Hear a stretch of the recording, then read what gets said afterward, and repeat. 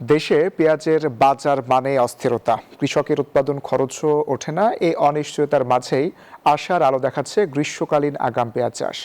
মেহেরপুর থেকে আরো জানাতে যুক্ত হচ্ছেন সহকর্মী ডালিম সানোয়ার।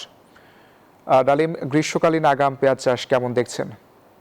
অঙ্কুর, ধন্যবাদ। গত কয়েক বছর ধরে কিন্তু মেহেরপুরের কৃষকরা তাদের যে শীতকালীন সুখসাগর জাতের যে পেঁয়াজ সেই আবাদ করে তারা কিন্তু বেশ অসুবিধায় পড়েছে এবং সেখানে তাদের কিন্তু তেমন কোনো লাভ তো হয়নি, বরং তাদের যে আসল থেকে কিন্তু চলে গেছে। এবং এই বছরে আমরা সেখান থেকে কিন্তু দেখছি যে আসলে তারা কিন্তু বিভিন্ন যে এনজিও গুলো রয়েছে সেখান থেকে লোন নেওয়ার চেষ্টা করছে। তবে গত কয়েক বছর ধরে গ্রীষ্মকালীন যে পেঁয়াজ সেই পেঁয়াজের ক্ষেত্রে কিন্তু ভিন্ন বিষয় দাঁড়িয়েছে। গ্রীষ্মকালীন যে বিভিন্ন জাত রয়েছে সেই জাতগুলোর ক্ষেত্রে কিন্তু আসলে এখানকার কৃষকরা লাভবান হয়েছে।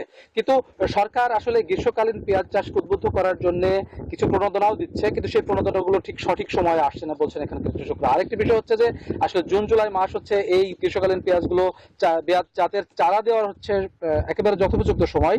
সেখানে কিন্তু এখনো পর্যন্ত মেহেরপুরে গ্রীষ্মকালীন পেঁয়াজের যে বীজগুলো দেওয়ার কথা প্রণোদনা সেগুলো তো দেওয়া হয়নি। আবার অন্যদিকে মিশ্র প্রতিক্রিয়া রয়েছে কৃষকদের, যে সরকারিভাবে যে বীজগুলো দেওয়া হয় টেন্ডারের মাধ্যমে সেগুলো অনেক সময় মানসম্মত হয় না, যার ফলে কিন্তু কৃষকরা সেটা নিতেও অনাগ্রহ প্রকাশ করে।